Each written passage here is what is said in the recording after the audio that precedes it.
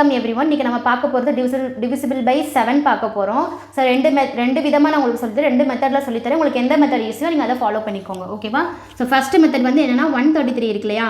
So இந்த unit டிஜிட்டை வந்து into 2ஆல் பண்ணி ரிமைனிங் இருக்கிறத வந்து மைனஸ் பண்ணோம்னா கிடைக்கிற ஆன்சர் வந்து 7ஆல் டிவைட் ஆச்சுன்னா அந்த ஹோல் நம்பரும் 7ஆல் டிவைட் ஆகும்னு அர்த்தம், ஓகேவா?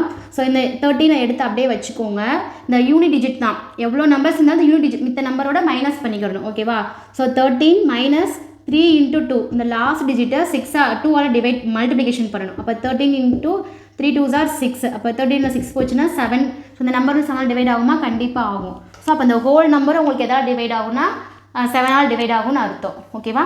செகண்ட் மெத்தட் வந்து பார்த்தீங்கன்னா 139 125. இந்த இதை எப்படி நம்ம பண்ணணும்னா 3 டிஜிட்டாக நீங்கள் ஸ்ப்ளிட் பண்ணிக்கிறணும், ஓகேவா?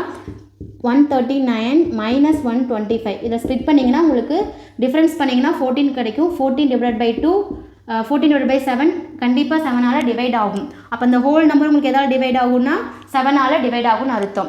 ஒரு மெத்தட் லாஸ்ட் டிஜிட் வந்து 2ஆல் மல்டிப்ளிகேஷன் பண்ணி அந்த ஆன்சரை மைனஸ் பண்ணி வர்ற ஆன்சர் வந்து 7ஆல் டிவைட் ஆச்சுன்னா அந்த ஹோல் நம்பரும் 7ஆல் டிவைட் ஆகும்.